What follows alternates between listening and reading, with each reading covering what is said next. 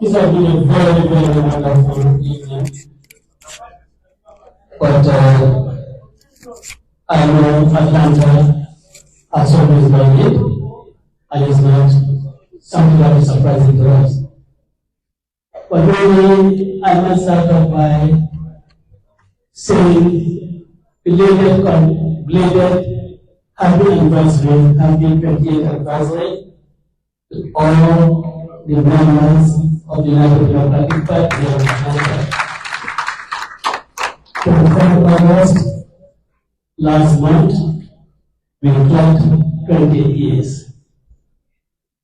28 years of hard work, 28 years of dedication, and 28 years of sacrifice, together with our other partners in our political parties.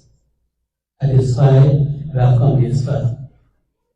But allow me to say that I'm particularly gratified to see my brother, my friend, H.E Ousainou in our midst here.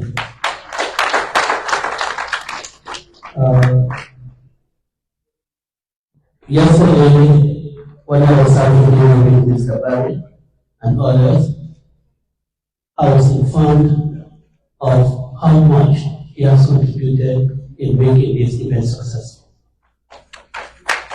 He has not only given us the yellow color that we wanted, but he has also given us very good reduction in the height of his hall.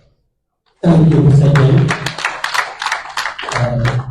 After all, it's a Gambian event, so Gambian events, we expect Gambians will always support, and that is what you have done. I am also gratified that in our midst we have Kebafu and others. These are Gambians who have never shown any Gambian gathering, whether they share the same political conviction with you or not. They always make themselves available. But there's one thing that I know is that we will be seeing things with different political lenses, but there is one that we all see with one lens, and that is the Gambia. And that is why my friend H.E Ousainou and brother is here. After having hired the whole road, he could just have walked away. But stay with us, not only stay with us, but the kind of process of sentiments coming from him really humbled me. Thank you very much. And apart from giving us a good debate, he has pledged $500. So he came back. We can't be more gratified. We can't say thank you enough. But I want to say that maybe your donations might not be for UDP, but certainly for the cause of the Gambia. And that we appreciate very much.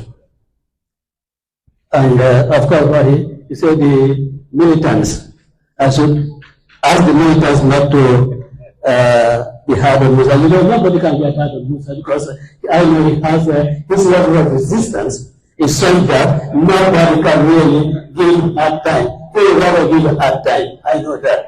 Yeah? I also want to appreciate Jallo, who I understand is in the community of Atlanta, but hails from Upper Salem. Today, he has come here, brought me a gift. Not only brought me a gift, but also pledged his membership of the United Democratic Party, abandoning APRC. Thank you very much, Bach. We are very grateful. Santa Maria, Gremlina, Jumani, who will get me about again Gambia from the Filaton, Balfour, Nova UDP, who will take it in contact law.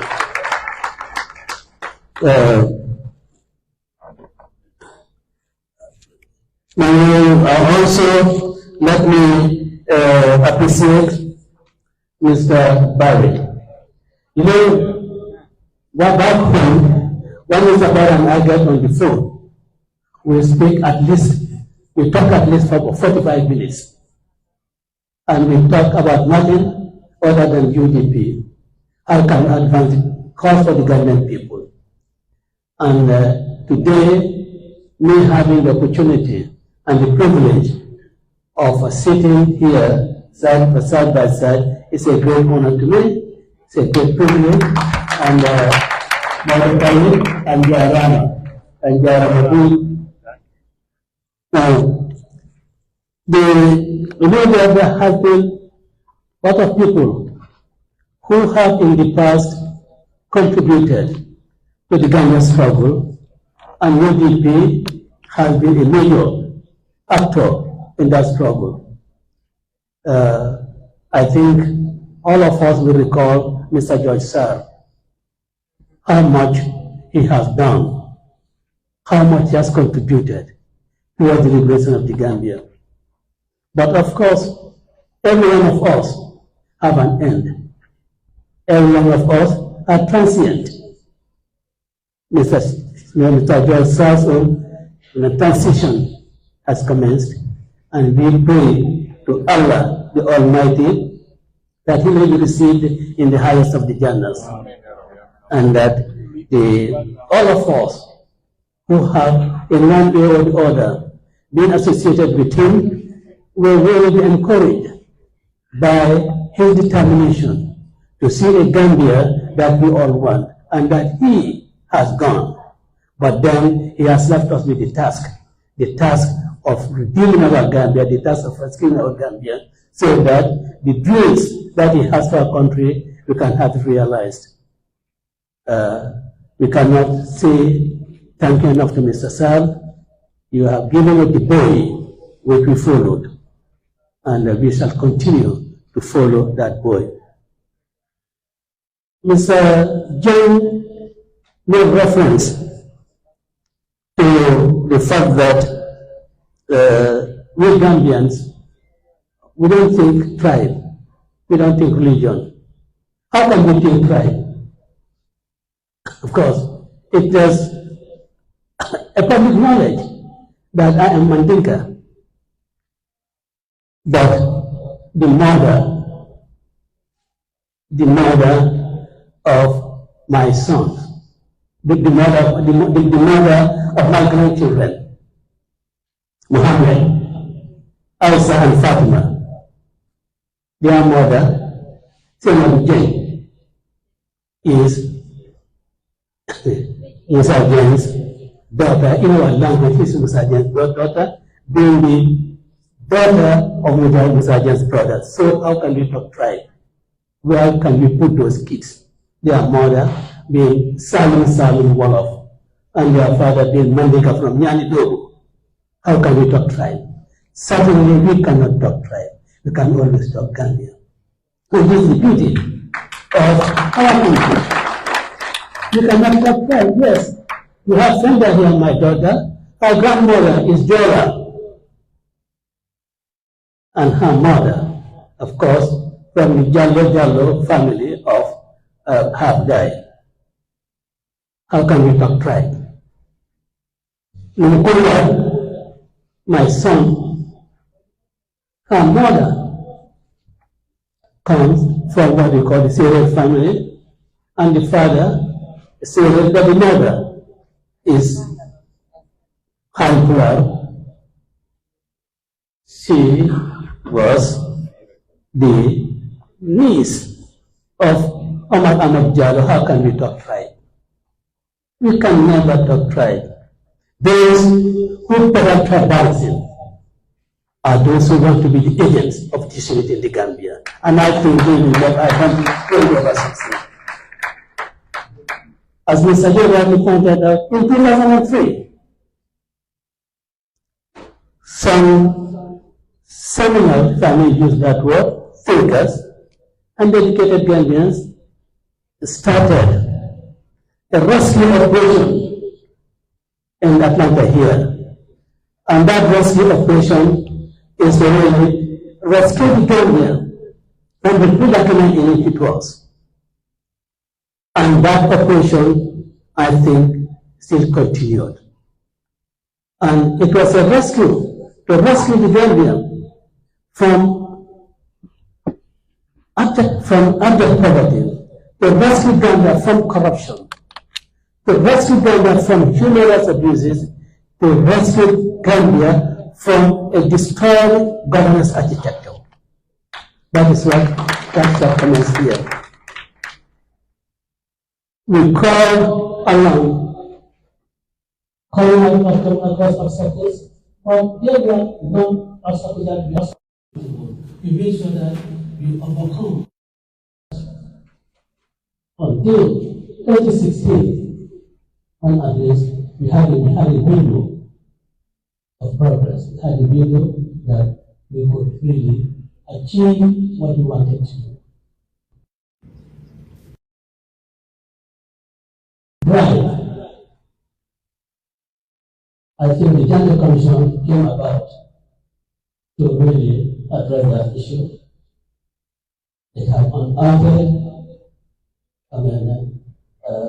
corruption of incalculable proportion. People that have never heard of. In our country, we been taken out of the central bank for doesn't a piece of paper without any justification. Those are unearthed. And hopefully the recommendations of that commission will be implemented. Look right now, in the future, is certainly there. The other agenda that we task ourselves to rescue the area of human rights abuses.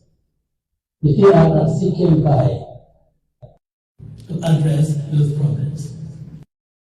We had the horrendous stories before the commissioners. Things that we thought Gambians are not responsible for. We saw our neighbors, our friends, being the agents of those atrocities. We heard the report, and the report, we believe, will be implemented. At least we have had one person or two persons convicted outside of the Gambia for their part in those atrocities. And maybe in the next couple of years, the trial of another person will commence here in the United States for his participation in those atrocities.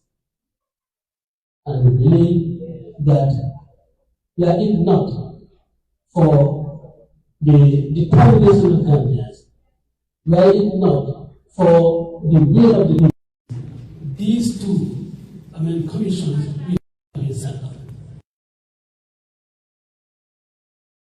Administration which really had no desire to really address those issues. The other aspect of our struggle, the other big thing, will help rescue the country is our government architect. Constitutional Review Commission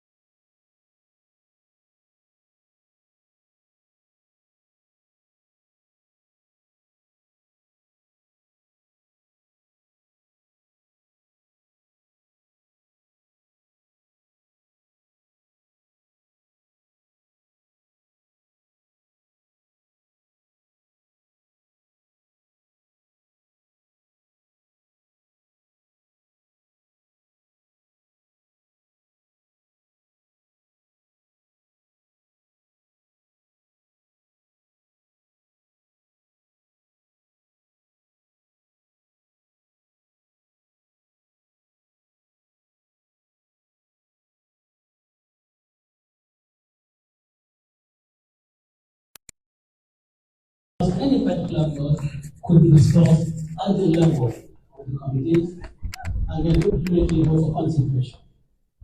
It was clear, and well, it was aborted. Maybe partially, maybe, let me say, not completely, maybe not completely aborted, but then, you know, there are efforts to have it rescued. And that rescue operation has turned out to be something else.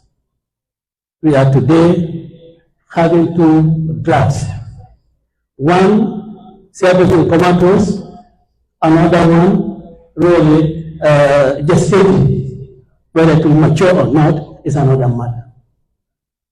These two drafts are the competing drafts between that the Gambian people are now debating about. Should it be the Barrow draft constitution, or should it be the constitution that came about after discussions with every facet of the Gambian society? Should it be that one, or should it be the Barrow draft? This is the big debate. And I think this is one that we have to really approach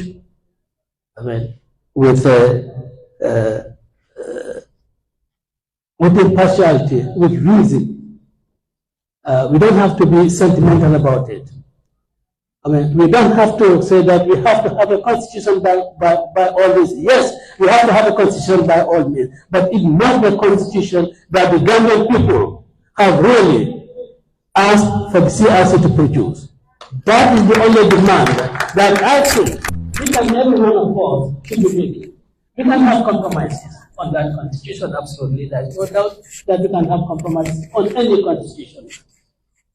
But is it right that Gambians capitulate to Barrow because that is the constitution he wants, not the constitution you and I and others in the United Kingdom all over the world?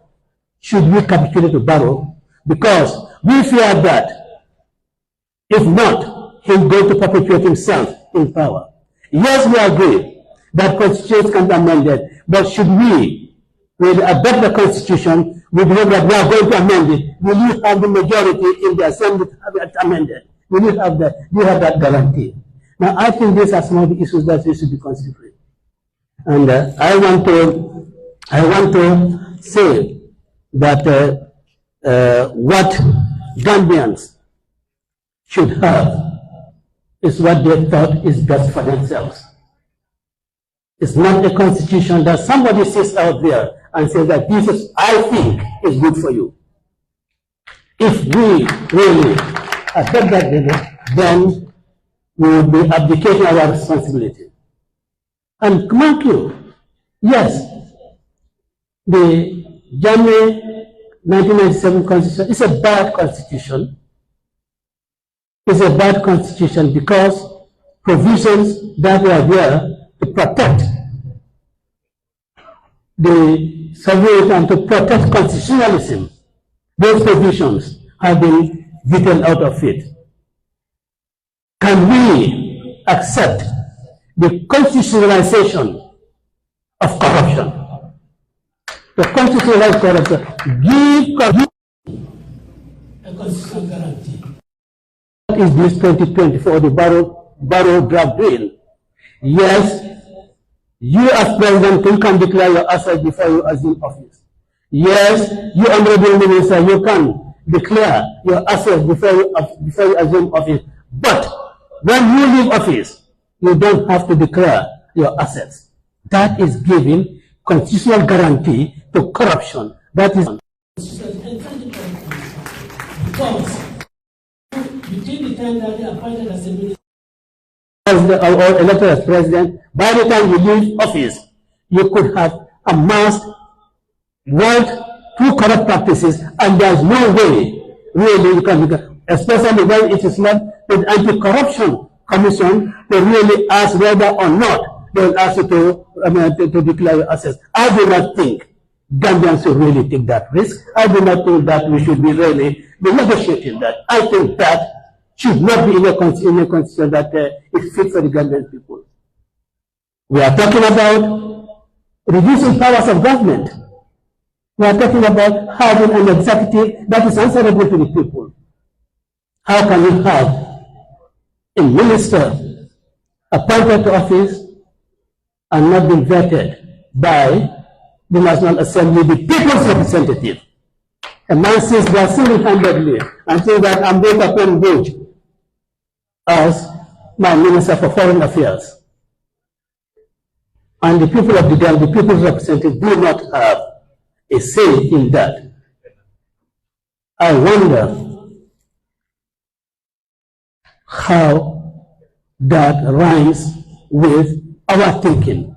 That has not been, the platform of our struggle since 2003. When we met in Atlanta here, that was not. And when we met also in North Carolina in 2030, that was not what our platform was looking for. We are saying that there should be accountability by the government, that the executive must be controlled. We cannot have ministers just being handpicked, appointed offices. And when we read the justifications, that yes, why do you want to prevent somebody from who has completed secondary school to become a minister?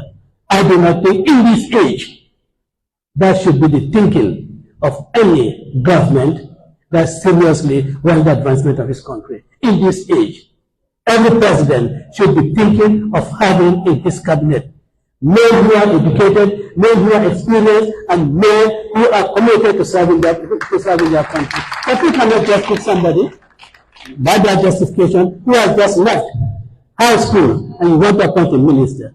That is the most ridiculous thing. But again, it shows how much the executive has regard for us. If this executive has regard for anyone, those would not be the type of justifications they would want to advance.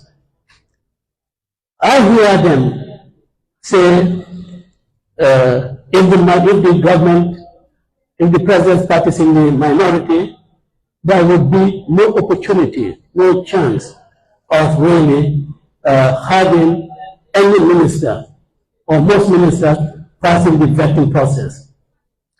Let me say that in Ghana, it is not the NPP government in Ghana that has the majority in the Ghana House of Representatives, in the Ghanaian Parliament. It is the Mahama party that has the majority. That is why the speaker comes from that party. Yet, they have subjected their ministers to parliamentary scrutiny, and they have passed because the National Assembly members or parliamentarians in that parliament look at themselves as representatives of the people, not as representatives of any political party. And they could not do otherwise to bring the government down. No. And I do not think that we Gambians has always been our desire that we will have, the executive something control. And this is not really directed at any particular individual. It is one that is for the better governance of the country, to ensure that indeed persons appointed to certain positions do need vetting. Let me ask, why are they having a vetting bill to vet civil servants? You can have that, but you do not have vetting of your executive. I think that we Gambians today, what should be our responsibility is to ensure that the 2020 draft comes back to the National Assembly. And if we are all united in that, it will come back to the National Assembly. And in the National Assembly, whatever negotiations we want to have, we can conduct in the National Assembly at the committee stage. But we cannot be blackmailed. We should not allow Barrow and his acolytes to blackmail us and say, well, if you do not accept this constitution, you will deal with the 1997 constitution. I do not think that is really a good reason why we should really accept the barrow, why should accept the barrow, the barrow draft. If one might say it, I mean, in our local language, we will not do barrow to Jabadala. As can be done when you like that. When you wait a man, man will not be and then you have people who think are well informed. People who we think have the experience, who have seen the world, who are well educated, who can easily pass off as senior lecturers, as professors in universities, coming out to defend this barrow constitution. I think that is a very bad omen for the Gambia. It means that people of conscience, that there are no men of conscience in the Gambia. That men of conscience must stand by the 2020 draft. That is what we must do as Gambians. And that is the only way we can make room for the advancement of our country. Because once you have a good governance architecture, all other things fall in place. But that's where you are guaranteed of your investment. That's where you are guaranteed of your right to property. That is where you are guaranteed of all the social protections that you need. But you cannot have served under a government that centralizes power in one hand. Look at the local government system. Yeah, the government's constitution, we say it's not a good constitution, guarantees, at least on paper, guarantees the autonomy of local government authorities. What do we say in the barrow administration? It whittles down the autonomy of local government authorities once you have power centralized. And this is one of the reasons why they are appointing political acolytes to office of governors when they should be civil servants. That is why they have created directors for the two municipalities, because they want politicians to have those places for them. And how does that do for our local government administration? It just reverses it. The issue of decentralization will just become a matter of rhetoric, not a matter that will be pursued with any seriousness. So my take is that although we have gone far, I mean, with our efforts to rescue the Gambia, the most fundamental aspect of that rescue operation is the constitution that we still do not have.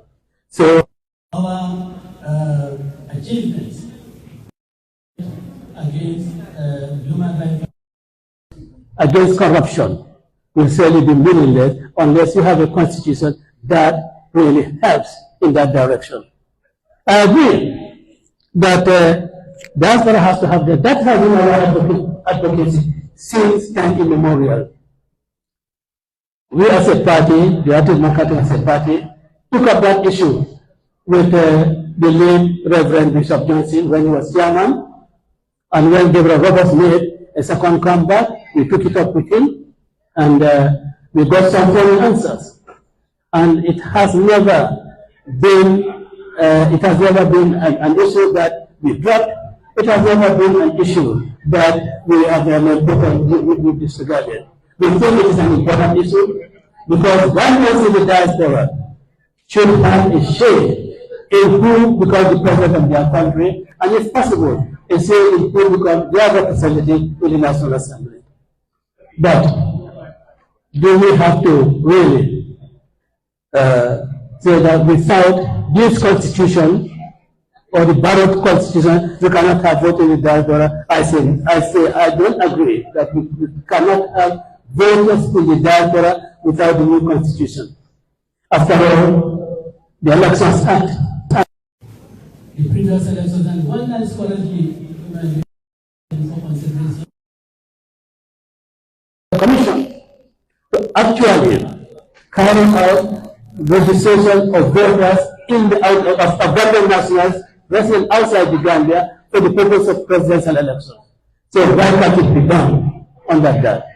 Why can't we as Gambians take advantage of the decision of the Supreme Court in the case of Nana Gray Johnson, Bakar Darboe and others, versus the Attorney General, which has decided that the Gambians in diaspora ought to have their right to vote. And if you come to the issue of demarcation of boundaries, After all, the Constitution has not demarcated boundaries at all. It is the Elections Act that has demarcated the boundaries. Why can't the demarcation on the diaspora into the constituency be conducted under the Elections Act? All these arguments that if you do not have this constitution, the diaspora people cannot vote is all fake. I think we have the mechanism, I think the laws are there to allow us to have that, to have the diaspora to vote. It is for us now, really, to go out and make the demand. And I want to say here, and I hope when I go to Atlanta, to Minnesota and Seattle, I'll be telling the Gambian people to reject the Barrow Constitution and have the Gambian people's Constitution be brought before the National Assembly so that we can have a Constitution where we can usher a third republic, where we can cut our umbilical cord from that dictatorship and have a government architecture that is fit for purpose. We cannot have the Barrow Constitution as a compromise. If we do so, what we will be betraying, the aspirations of all those people who have really fought to have a new constitution that is fit for us. We will betray those who were tortured. We will betray those who were subjected to the witchcraft treatment. We will betray those who died as a result of wanting to have a new constitution and as a result of wanting to have proper electoral reform in the country. And I do not think any of us here would want to be among people who betray the cause of those people who suffered and died for a better constitution for the Gambian. For me, we're carrying a burden, the burden of hope. I'm carrying a burden of hope and the burden of trust. And I do not intend to have that hope shattered. And nor do I intend to betray that trust reposed in me. So I will be in the forefront of those who have reposed the hope in me and who trust that me and other people, including Mr. Jeng, Kebafun, and others, that we will have for the Gambian people the constitution they deserve and not a constitution manipulated and not a constitution that is being intended to be shoved down our throat against our wish. Because if we do so, then we will have not lived up to the expectations of the Gambian people. But let me just end so that how gratifying it is for me to be here with all of you, and looking forward to more visits to Atlanta, visits that will allow me to be out of this kind of setting, but visits that will put me in settings where there will be more personal interactions between me, because I think, Mr. When last did we have lunch together? About 7 years ago? And I think we should certainly have more lunches together, more dinners together. Let me say thank you very much for your audience, and you'll permit me for my incoherence. And if I'm being coherent, it is because Gambia itself is incoherent, and if you want to address that, maybe something